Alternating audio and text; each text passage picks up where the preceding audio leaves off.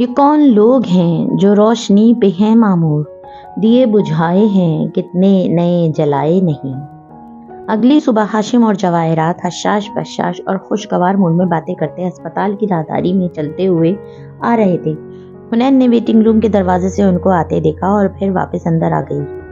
ہاشم نے بھی اسے دیکھ لیا تھا، تبھی جواہرات سے کہا، آپ ٹھہریں، میں آتا ہوں۔ وہ وہیں کھڑی ہو گئی اور ہاشم متلاشی نظروں سے اسے دیکھتا آگے بڑھایا یہاں تک کہ ویٹنگ روم کے سامنے رکا۔ اندر کرسی پہ حنین بیٹھی نظر آ رہی تھی، گھٹنے ملائے، سر جھکا کر ویران نظروں سے اپنے ہاتھوں کو دیکھتی۔ وہ بالکل شل تھی۔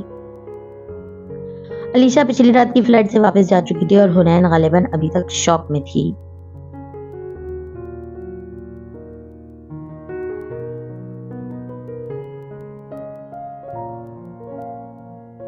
حنین بیٹا آپ ٹھیک ہو؟ وہ نرمی سے پوچھتا 2 قدم اندر آیا۔ حنین نے چہرہ اٹھا کر خالی خالی آنکھوں سے اسے دیکھا۔ آئی ایم سوری، مجھے پہلے پتا ہوتا کہ وہ تمہاری دوست ہے تو میں تمہیں خبردار کر دیتا، مگر پریشان نہ ہو، وہ اب تمہیں ہرگز تنگ نہیں کرے گی۔ تسلی دیتے ہوئے وہ مزید آگے آیا۔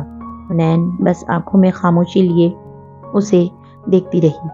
وہ ایسی ہی لڑکی ہے، میں کافی عرصے سے تنگ کر رہی ہے، یقین کرو ڈیڈ اس کو اتنے پیسے دے چکے ہیں مگر اس کا دل نہیں بھرتا۔ اگر وہ محبت لینے ہمارے پاس آتی تو ہم اسے اپنے ساتھ رکھ لیتے، مگر وہ ہمیشہ پیسوں کے لیے آتی ہے۔ حنین بس اسے دیکھی گئی، چپ چاپ۔ اگر وہ دوبارہ تمہیں کوئی نقصان دینے کی کوشش کرے تب تم سب سے پہلے مجھے بتاؤ گی، میں اسے سنبھال لوں گا، اوکے بیٹا؟ وہ نرمی سے ہمدردی سے بتاتا جا رہا تھا۔ حنین اسی طرح اسے دیکھی گئی یہاں تک کہ ہاشم چپ ہو گیا۔ تبھی جواہرات وہاں آتی دکھائی دی۔ ہاشم نے مسکرا کر ماں کو دیکھا اور گردن پھیر کر حنا سے بولا، یہ بات ہم دونوں کے درمیان رہے گی، اوکے؟ جواہرات اب قریب آ چکی تھی، اس نے کچھ نہیں سنا تھا، بس ہاشم کو سوالیہ نظروں سے دیکھا۔ آؤ زمر انتظار کر رہی ہوگی۔ آپ جائیں، میں نے کل مل لیا تھا، بس اسے کہیے گا کہ اپنا فون مجھے بھجوا دے، پولیس ریکارڈ کے لیے دوبارہ سے چاہیے۔ وہ دونوں بات کرتے کرتے باہر جانے کو پلٹے کہ کیا آپ کو معلوم ہے مسز کاردار کہ آپ کے شوہر کی دوسری بیٹی کل یہاں تھی؟ ہاشم ایک جھٹکے سے مڑا اور بے یقینی سے حنین کو دیکھا جو تیز نظروں سے اسے گھورتی اٹھ کر ان دونوں کے مقابل آ کھڑی ہوئی، سینے پہ بازو لپیٹے اور تیکھے انداز میں جواہرات کو مخاطب کیا، کیا آپ کو معلوم ہے کہ کل ہاشم بھائی نے اسے یہاں سے نکالا تھا؟ میں نے کھڑکی سے دیکھا تھا، وہ روتے ہوئے جا رہی تھی۔ ہاشم کی معلومات میں اضافہ کیا۔ جواہرات کے تاثرات نہیں بدلے، وہ سر سا مسکراتی رہی۔ ہاشم نے پریشانی اور غصے سے حنین کو دیکھا اور پھر ماں کو۔ حنین یہ کیا طریقہ ہے میری ماں سے بات کرنے کا؟ مجھے سب پتا ہے بچے، جواہرات نے مسکرا کر اس کا گال تھپتھپایا، ایک کٹیلی نظر ہاشم پہ ڈالی اور باہر نکل گئی۔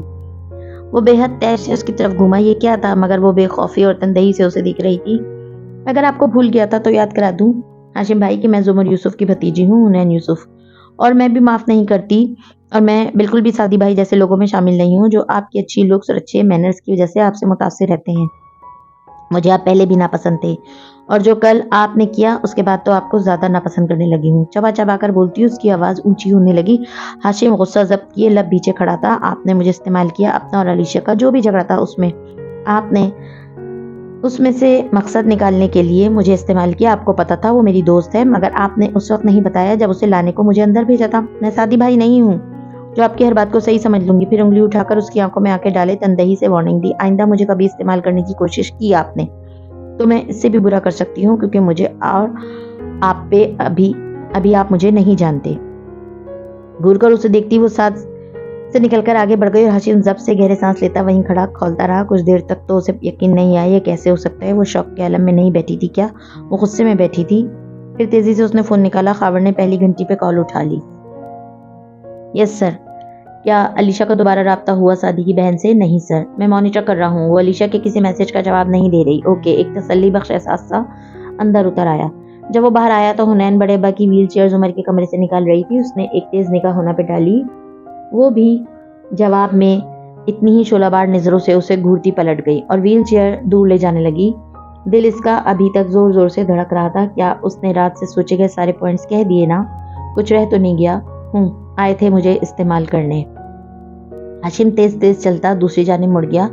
اسے اب باہر کار میں بیٹھ کر جواہرات کے آنے کا انتظار کرنا تھا۔ جواہرات اندر زمر کے سامنے کھڑی تھی، غصے سے کہہ رہی تھی، میں سوچ بھی نہیں سکتی کہ حماد ایسا کرے گا۔ میں نے تمہیں بتائے بغیر کہ تم اسے عزت نفس کا مسئلہ نہ بنا دو۔ حماد کو آسٹریلیا میں اپنی کمپنی میں جاب بھی آفر کی، بس شہر بدلنا پڑتا، مگر 3 گنا زیادہ کما لیتا۔ اور اس نے کیا کیا؟ جس مینیجر سے اسے ملوایا اس کی بیٹی کو پھانس لیا۔ वो गोया अभी तक वर्ताए हैरत में थी, तकियों से तेज लगाए नींद दराज उम्र बस चुप सी उसे देखी गई। तुम कहो तो मैं इस मैनेजर को भी फायर की देती हूँ, इसको मालूम था कि हमाद की शादी होने वाली है, फिर भी इसने अपनी बेटी के आगे हथियार डाल दिए। दुनिया कितनी खुदगर्ज है। जवाहरात ने झुरझुरी ली। उसकी जरूरत नहीं है, हमाद ने दुरुस्त फैसला किया, उसे यही करना चाहिए था। वो वीरान आंखों से खिड़की को देखने लगी। मगर तुम कैसे इस ज्यादती पे खामोश रह सकती हो? तुम्हारा मंगेतर है, तुम्हें स्टैंड लेना चाहिए।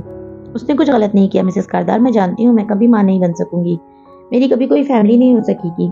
ऐसे में इसकी जगह कोई भी होता तो यही करता।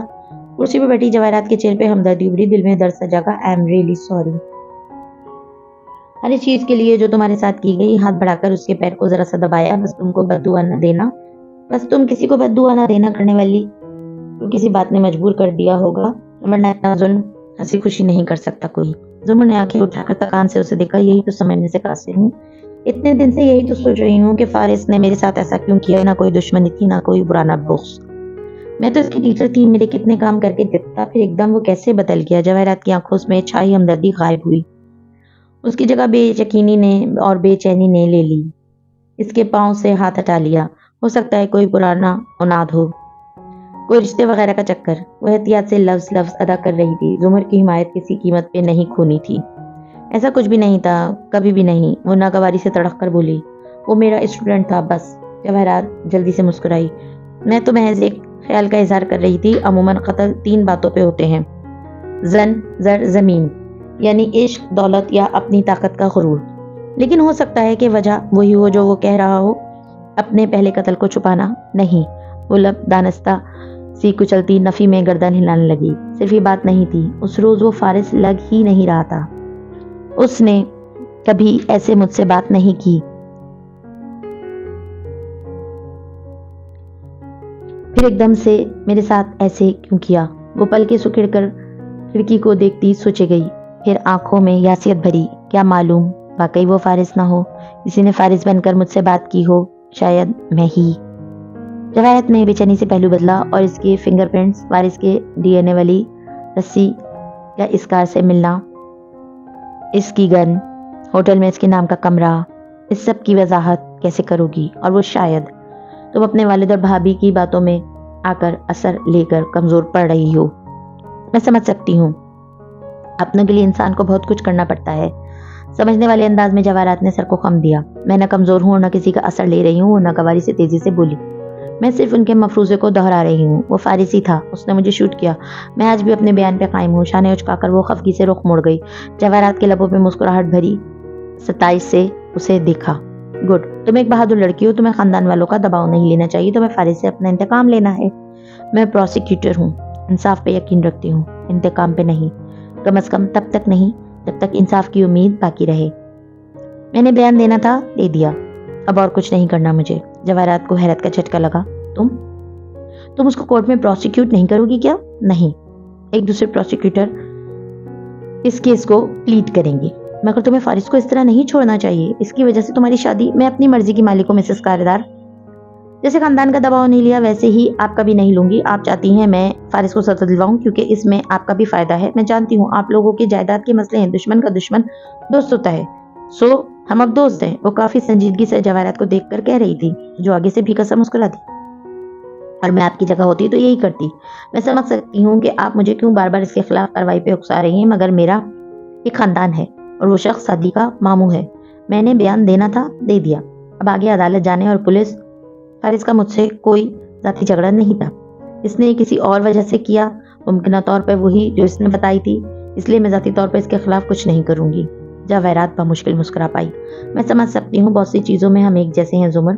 खैर, तुमने दुरुस्त फैसला किया। अगर तुम इसके खिलाफ महाज खोल लेती तो नुदरत या इसके बच्चे तुम्हारी शक्ल देखने से भी रह जाते। मगर मैं उम्मीद करती हूँ कि तुम इस केस को खुद लेने से एहतजाज इस वजह से नहीं बरत रही कि तुम दूर अंदर कहीं इसको बेगुनाह समझती हो। जुमर लम्हे भर को बिल्कुल चुप सी होकर जवाहरात का चेहरा देखने लगी। क्या तुम अंदर से अपने ही बयान पे खुद मशकूक हो चुकी हो? मगर चूंकि खुद को गलत मानने में तुम्हारी नाक आड़े आती है तो तुम इस पे डटी हुई हो। ऐसा नहीं है, वो अब काफी मजबूत से बोली। कभी कभी मुझे मतजाद ख्याल आते हैं, मगर मेरा यकीन इनके मुकाबले में ज्यादा पुख्ता है। वो फारिसी था, कोई भी चीज मुझे इस बयान से नहीं हटा सकती। अपनी नाक अजीज है मुझे, मगर बेइंसाफी की हद तक नहीं। अगर मुझे लगता वो बेगुनाह है तो मैं खामोश रहती, वो मेरा स्टूडेंट था। शायद अगर मेरे अब्बा को फालिज ना हुआ होता तो मैं खामोश रह जाती, मगर अब नहीं। जवाहरात गहरी सांस लेकर उठ खड़ी हुई, मुस्कुराकर उसके शाने पे एक हाथ रखा, दूसरे से अपना बैग उठाया। दुश्मन का दुश्मन दोस्त होता है, सो तुम मुझे हमेशा अपना दोस्त पाओगी। जुमर ने सर इस बात में हिलाया। जवाहरात बैग कंधे पे लटकाती बाहर निकल गई। दरवाजा बंद हुआ तो जुमर के तासरात बुदले। सपाट चेहरे पे बेपनाह कर उमड़ आया। इसने मुट्ठी मोटों पे रखी, आंखें बंद करके जब्त करना चाहा, मगर आंसू उमड़ उमड़ आ रहे थे। वो खबर जिस पे वो सारा वक्त जब्त करके बैठी रही थी, वो फिर से तमाशे की तरह आने लगी थी। हम्माद की शादी हो रही थी, हम्माद कहीं और शादी कर रहा था। ये सहना इतना आसान नहीं था जितना इसने अभी जवाहरात के सामने जाहिर किया था। गर्दन झुकाए, हाथ होठों पे दबाकर रखे, वो मुसलसल बंद आंखों से आंसू रोकने की कोशिश कर रही थी। तभी दरवाजा बजा। जुमर ने तेजी से चेहरा खिड़की की तरफ फेर लिया और उंगली से आंखों के गीले किनारे जल्दी जल्दी खुश करने लगी। जरा खनकार कर रौंदी आवाज का गीलापन दबाना चाहा और बोली, आ जाइए। दरवाजा खुलने की आवाज आई। हुनैन बड़े अब्बा की व्हीलचेयर अंदर ला रही थी। जुमर रुख मोड़े साइड टेबल पे कुछ तलाशने लगी, साथ बार बार पल के झपक कर उनका गुलाबीपन दूर करने की कोशिश कर रही थी।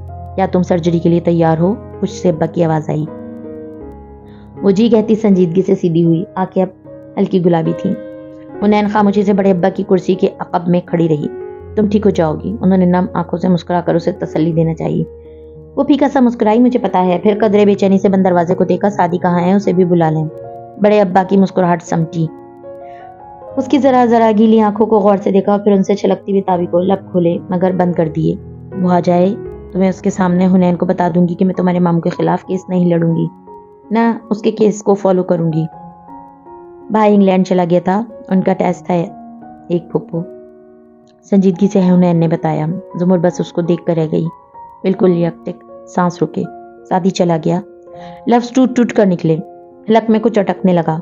हम तो है ना बेटा, उसकी मजबूरी थी, मगर वो हनूज शशदर सी हुनैन को देख रही थी। क्या उसे मेरे ऑपरेशन का पता था? भाई से ज्यादा किसे पता होगा, उसने दिल में सोचा। उसने इस बात में सर हिला दिया। जुमर के लब बिज गए, अबरू इकट्ठे किए। वो खफगी से दूसरी जानिब देखने लगी। नुदरत भी आने वाली है, हम सब तुम्हारे साथ होंगे सर्जरी के दौरान। सादी भी कॉल करता रहेगा। कॉल करना परवाह करने के मुतरादिफ नहीं होता अब्बा, सिर्फ सोचा। मगर वो लब सी दूसरी जानिब देखती रही। हुनैन नागवारी से पलट गई, उसका दिल हर शय से उच्चाट हो रहा था। वो बाहर आई तो सादी मुंतजर खड़ा था। वो खामोशी से उसके साथ जा खड़ी हुई। दोनों की पुश्त दीवार से लगी थी और नजरें सामने थीं। क्या आप एक दफा उनको खुदाफिज कहने भी नहीं जा सकते थे? मैंने उनसे बहुत बदतमीजी की थी, अब नहीं सामने जाऊंगा। वो मेरी शक्ल देख कर दिल की बात जान लेंगी तो फिर जबान की बात का यकीन क्यों नहीं करती? फिर जरा नरमी से बोली, सिर्फ मिल ही लें। सादी ने सर को दाएं बाएं हिलाया। मुझे डर है, उनके सामने जाकर मैं रोने लग जाऊंगा। गोया हुनैन का दिल किसी ने दबा दिया हो। उसने बेख्तियार मुड़कर सादी का चेहरा देखा। वो उदासी से सामने देख रहा था। जीन्स पे आधे आस्तीन की मैरून शर्ट, छोटे कटे बाल जो सामने से सीधे और सर की पूंछ से घुंघराले थे।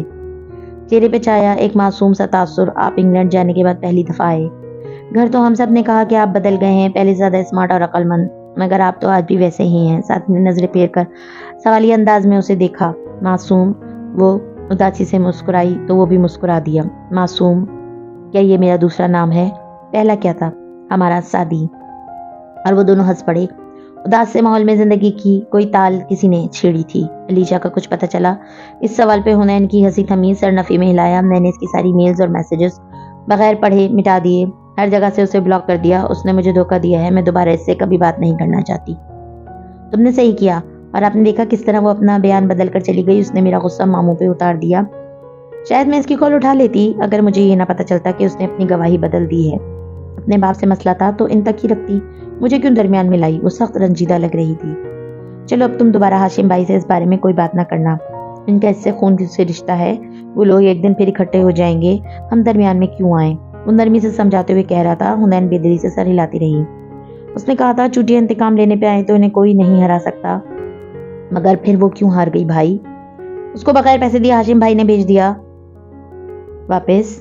बस एक यही उलझन थी जो इसे सता रही थी। साथ ही कुछ देर को बिल्कुल खामोश होकर सोचता रहा। हुनैन मुंतजर थी। क्या तुम सारा वक्त ड्रामे देखती रहती हो या कुरान भी पढ़ती हो, जैसे इंग्लैंड जाने से पहले हम इकट्ठे पढ़ते थे? क्या भाई, पढ़ती हूँ ना, एकदम बहुत सुस्ती से कहते हुए वो इधर उधर देखने लगी। और क्या तुम्हें वो सूरतें याद हैं जो हमने हिफ्ज़ की थी? हुनैन ने انگلی سے کان کے پیچھے بال کھجائے. جی یاد ہے, میں ذرا سا دہرا کر سنا سکتی ہوں, کہیں وہ ابھی سن نہ لیں, اس لیے اس طرح کہا. بہت اچھا.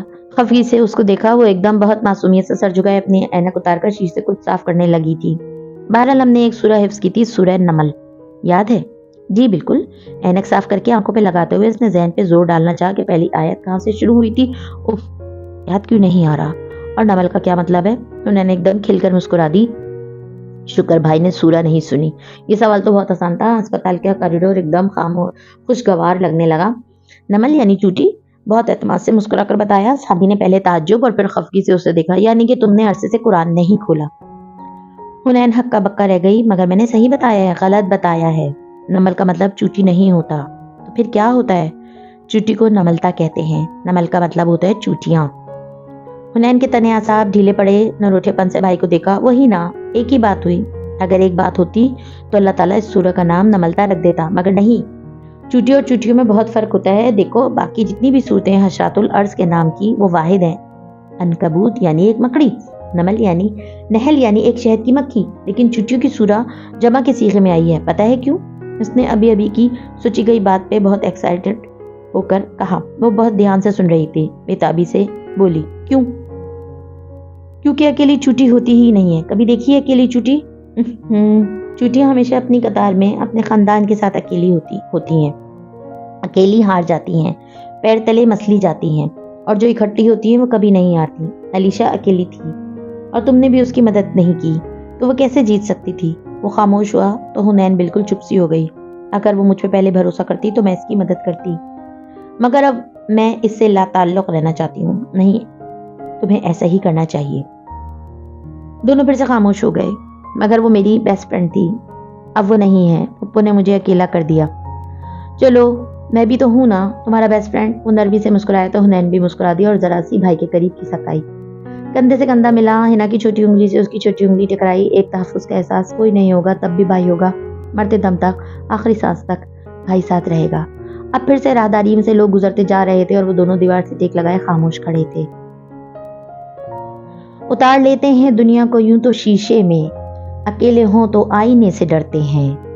جواہرات کار میں پچھلی سیٹ پہ آ کر بیٹھی تو ہاشم ساتھ ساتھ براجمان اس کا انتظار کر رہا تھا. اس نے موبائل تھمایا اور ڈرائیور کے آنے کا انتظار کیا. مگر جب وہ باہر کھڑا رہا تو وہ ہاشم کو دیکھے بنا بے تاثر سے بولی. اس کو چلنے کا کہو Hashim. Mummy I am sorry. اس نے جواہرات کے گھٹنے پہ رکھے گھٹیوں سے مزین ہاتھ پہ اپنا ہاتھ رکھا. فکر مند نگاہیں اس کے چہرے پہ جمی تھیں. میں اس کے بارے میں بات نہیں کرنا چاہتی. وہ سامنے دیکھتے ہوئے آنکھوں پہ سیاہ گلاسز لگا رہی تھی. ہم بہت دفعہ یہ بات کر چکے ہیں, مگر تم آج بھی اپنے باپ کے گناہ مجھ سے چھپانے کی کوشش کرتے ہو, حالانکہ تم جانتے ہو کہ مجھے اس کی بیٹی کے بارے میں سب علم ہے. Mummy I am sorry. اس کا دایاں ہاتھ خنوس جواہرات کے گھٹنے پہ تھا. اور اس لڑکی کی اتنی ہمت ہو گئی کہ وہ میرے گھر پہنچ جائے, مگر تم نے مجھے خبردار نہیں کیا. میں کیا کر لیتی؟ تماشا یا واویلا؟ کیا پہلے کبھی کیا ہے؟ تلخی سے اس نے سر کو جھٹکا. تمہارے باپ کو تو یہ معلوم بھی نہیں کہ میں اس کی بیٹی کے بارے میں جانتی ہوں. Mummy I am sorry. وہ مسلسل نگاہیں اس پہ جمائے نرمی سے کہہ رہا تھا. مجھے ہاشم, اس لڑکی یا اس کے کسی مسئلے سے کوئی فرق نہیں پڑتا. میں عمر کے اس حصے سے نکل چکی ہوں جب فرق پڑا کرتا تھا. مجھے کوئی پرواہ نہیں.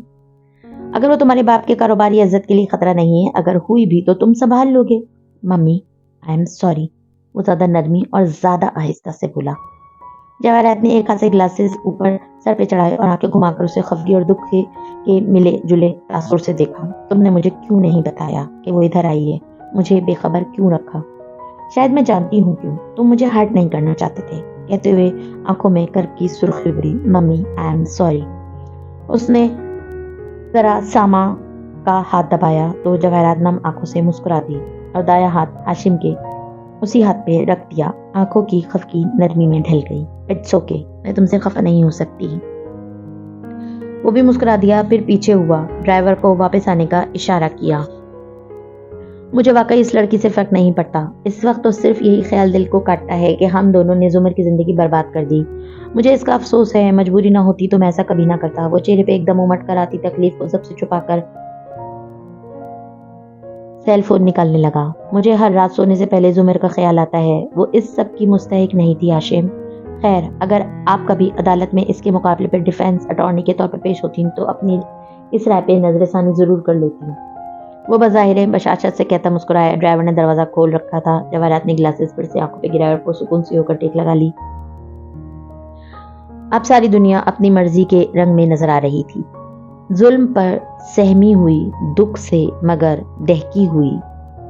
ऐसी आंखों ही से तूफान उठा करते हैं।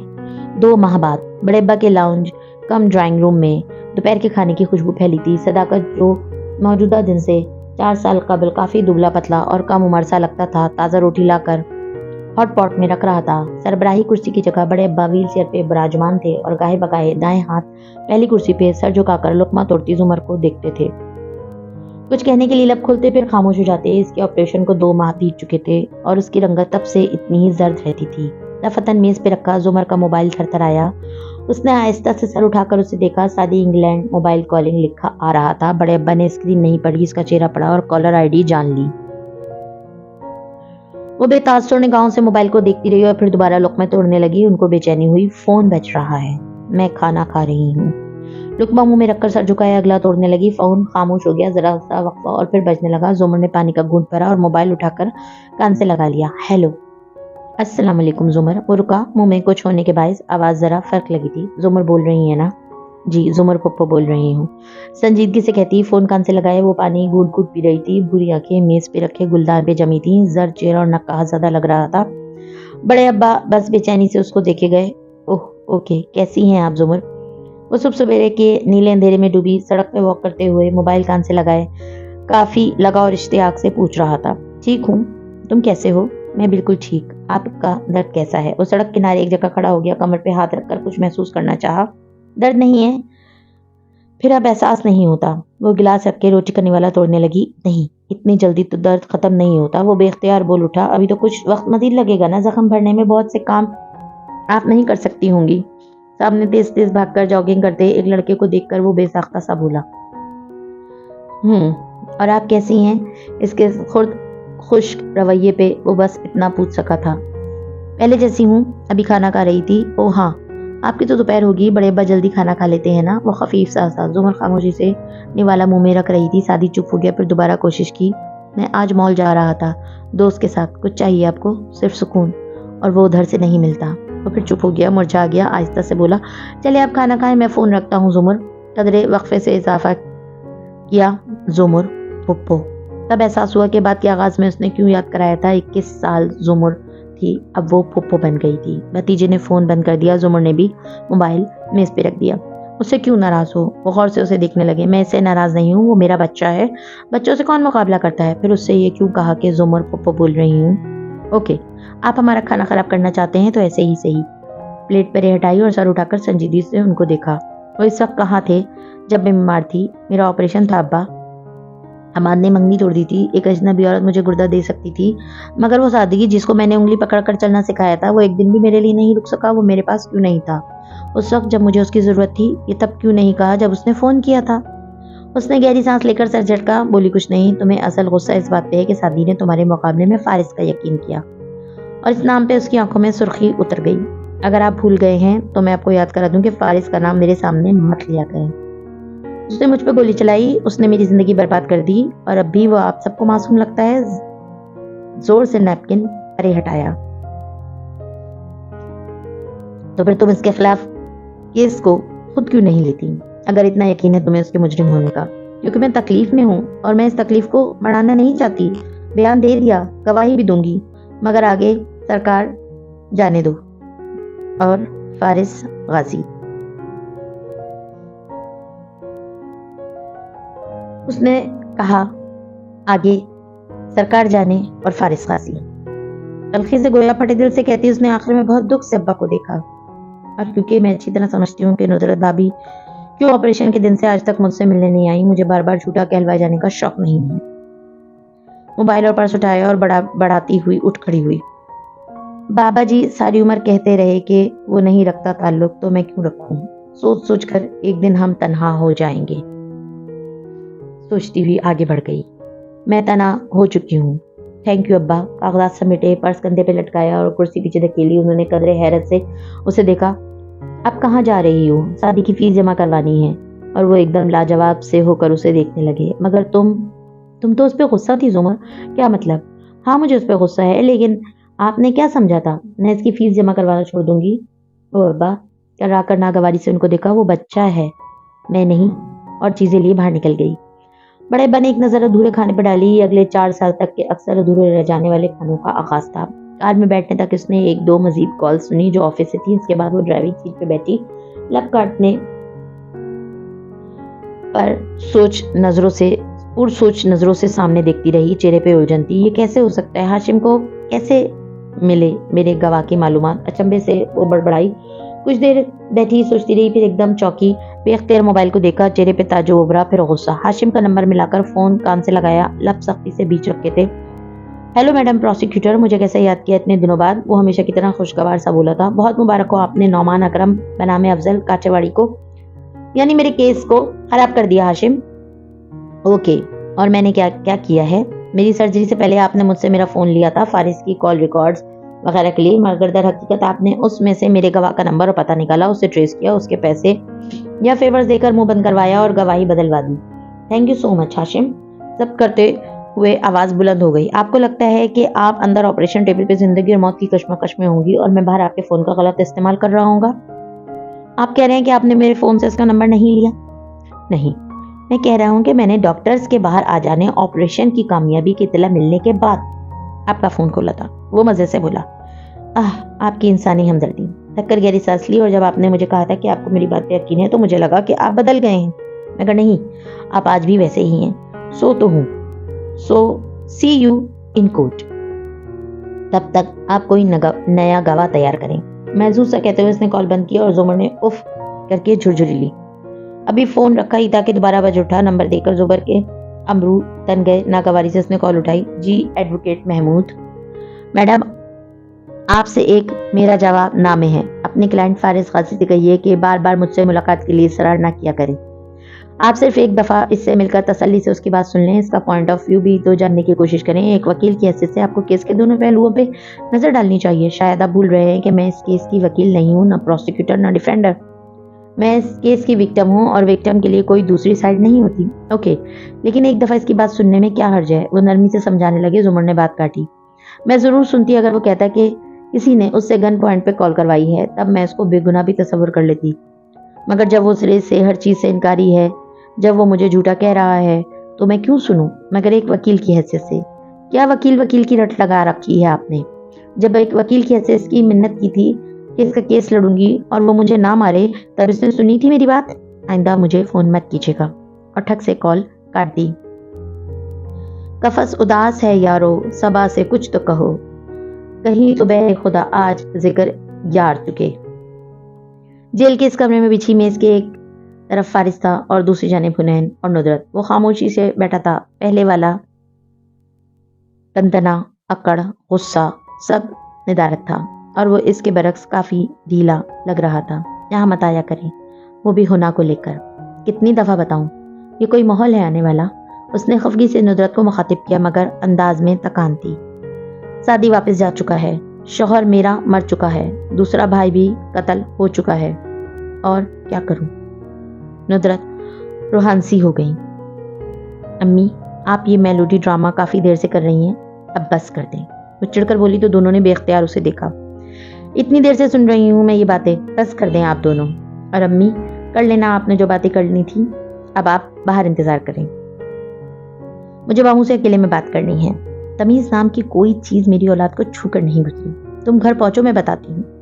आंख का किनारा साफ करती नुदरत उसको सख्त सुख सुनाकर चली गई तो वो असर लिए बिना संजीदगी से फारिस की तरफ घूमी। दुपट्टा सर पे लिए, ऐनक लगाई, वो खफा नजर आ रही थी। क्या आपकी पुप्पो से बात हुई? नहीं, वो मिलना नहीं चाहती। वो मेज पे रखे अपने हाथों को देखने लगा। हुनैन उसको देखती रही, यहाँ तक कि एक पुराना मंजर आंखों के सामने से गुजरा। छोटी हुनैन खफा और खामोश सी बागीचे के कोने में बैठी थी और फारिस इसके सामने पंजों के बल बैठा पूछ रहा था, और फिर अम्मी ने तुम्हें डांटा? सिर्फ डांटा? वो तब से मुझे डांट रही हैं जब से मैंने गमला तोड़ा है। मेरा दिल कर रहा है मैं मर जाऊं। इस उम्र में उसे मरने की बड़ी फैंटेसी होती थी। और क्या दिल चाह रहा है तुम्हारा?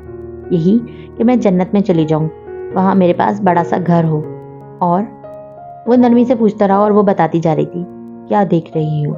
इसकी आवाज़ पे हिना चौंकी। वो थकान से उसे देख रहा था। क्यों नहीं कहते जो कहना चाहते हैं? कब तक अपनी फीलिंग्स और सोच को अंदर दबा कर रखेंगे? आपको पप्पू पे गुस्सा है ना, तो कह दें, जो भी अंदर है निकाल दें। हाँ, मुझे गुस्सा है उस पर। उसने एक दफ़ा भी नहीं सोचा कि मैं, तल्खी से कहते कहते वो रुका, कि मैं किस तकलीफ में हूँ। जो मरी है वो मेरी बीवी थी और मुझे वो बहुत प्यारी थी। बजाय इसके कि वो हमारे साथ खड़ी होती और मेरी बीवी के कांटों तक पहुँचने में मेरी मदद करती, वो मुझ पे इल्ज़ाम लगा रही है। मुठियाँ बीच कर कहते उसने सर झटका। और तुम्हें पता है जेल कैसी होती है, तारीक और खाली? और वो सुकून से पूछने लगी। फारिस ने गहरी सांस ली और फिर से अपने हाथों को देखने लगा। और जब रात होती है और बत्तियां बुझा दी जाती हैं, मैं तब भी सलाखों के साथ बैठ जाता हूँ, इस हिस्से में जहाँ रोशनी की किरण सुबह में सबसे पहले गिरती हो। इस अंधेरे में सबसे ज़्यादा ताशा याद आती है। उसको अंधेरे से डर लगता था। वो रात को सोते वक्त भी ड्रेसिंग रूम और टेरेस की बत्तियां जला देती थी। कहते हुए वो रुका। अब उसका सर झुका था और कोहनियां मेज पे रखी थी।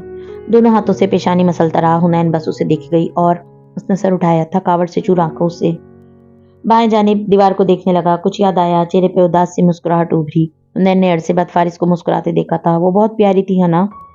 जब शादी हुई मुझे पसंद नहीं थी। वो इमेच्योर, बचकाना और बेवकूफ़ लगती थी। मगर एक दफ़ा मैं बीमार हुआ तो वो फजर तक जागती रही। हाँ, बत्ती उसने रात बुझा दी, सारी बत्तियाँ, कहीं मैं डिस्टर्ब ना हो जाऊँ। उस दिन वो मुझे बहुत अच्छी लगने लगी थी।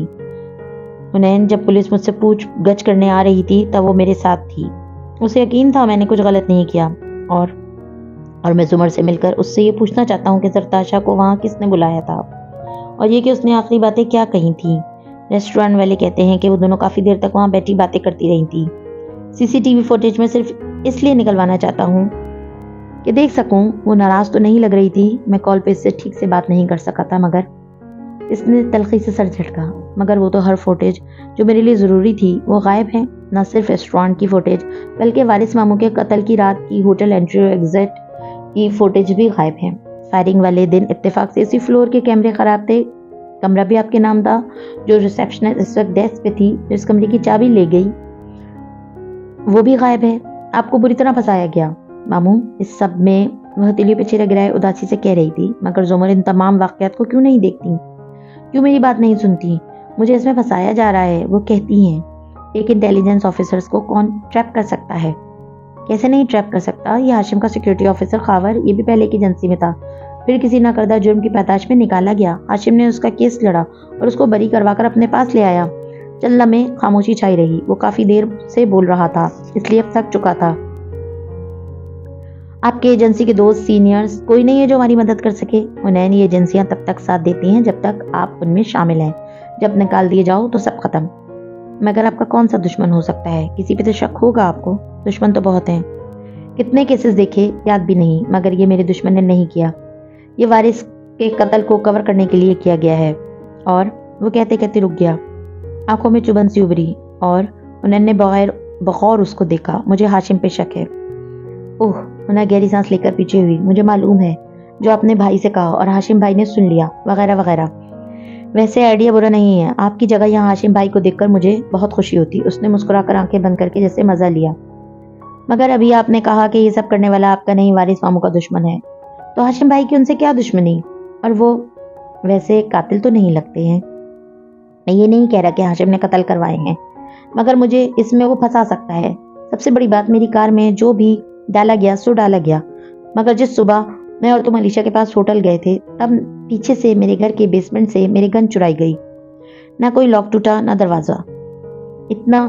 इतने सिक्योरिटी गार्ड्स, चेक पॉइंट्स और सीसीटीवी कैमरों के होते हुए भी कोई कैसे मेरे घर में दाखिल हो सकता है अगर हाशिम उसकी मदद ना करे तो? खैर, झोल तो हर सिक्योरिटी सिस्टम में होते हैं। जब लोग पेंटागन पहुंच सकते हैं तो कारदार की कसर क्या चीज़ है? हुनैन को बात दिल को लगती हुई नहीं लगती थी। और हाशिम की बहन, वो क्यों चली गई?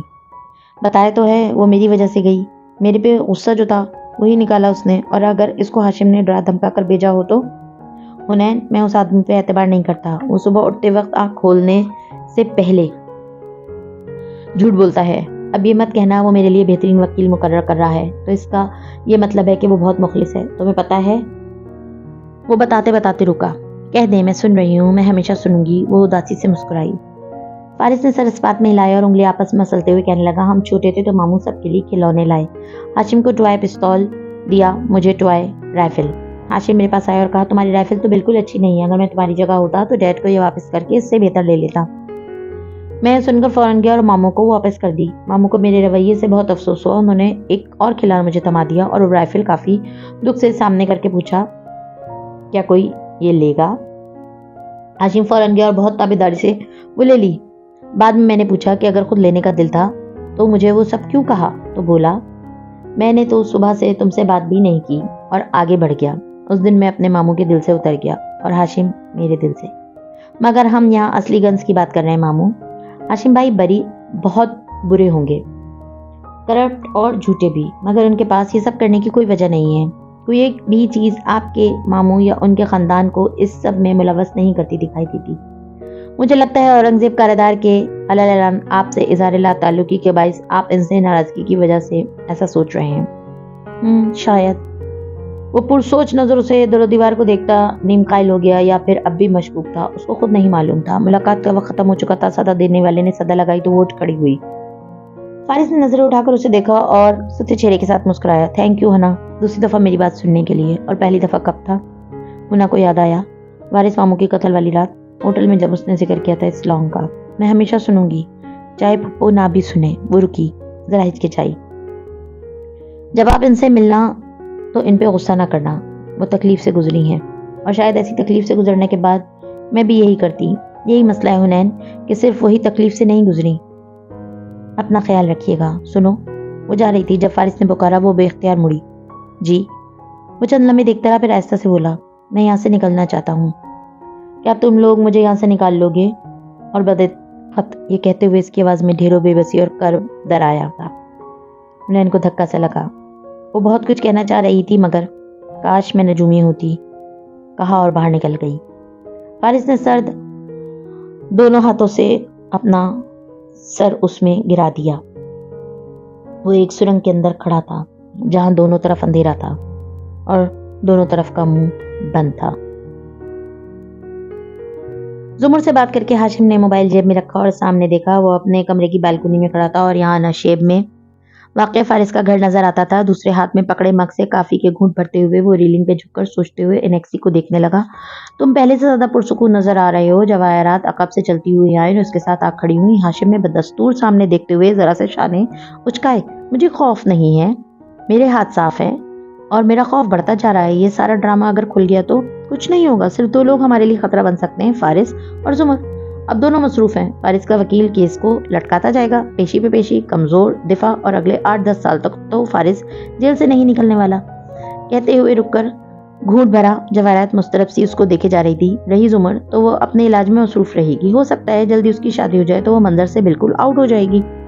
کافی ختم کر کے مگ پیچھے میز پہ دھرا اور ریلنگ سے ٹیک لگا کر سینے پہ بازو لپیٹے ماں کو مسکرا کر دیکھا۔ اور زرتاشا کا خاندان، وہ تو ویسے ہی فارس کو مجرم گردانتا ہے، کوئی بھی میرے پیچھے نہیں آنے والا۔ تم سادی کو بھول رہے ہو۔ سادی؟ وہ تو چھوٹا معصوم سا بچہ ہے، اس نے فارس کو مجھ پہ چھوڑ دیا ہے۔ 2 سال تک تو وہ پڑھائی کے لیے انگلینڈ رہے گا، پھر وہیں جاب کرے گا، کیا پتا فیملی کو بھی وہاں بلا لے۔ باہر جا کر کون واپس آتا ہے، اس کی کیا فکر کرنی۔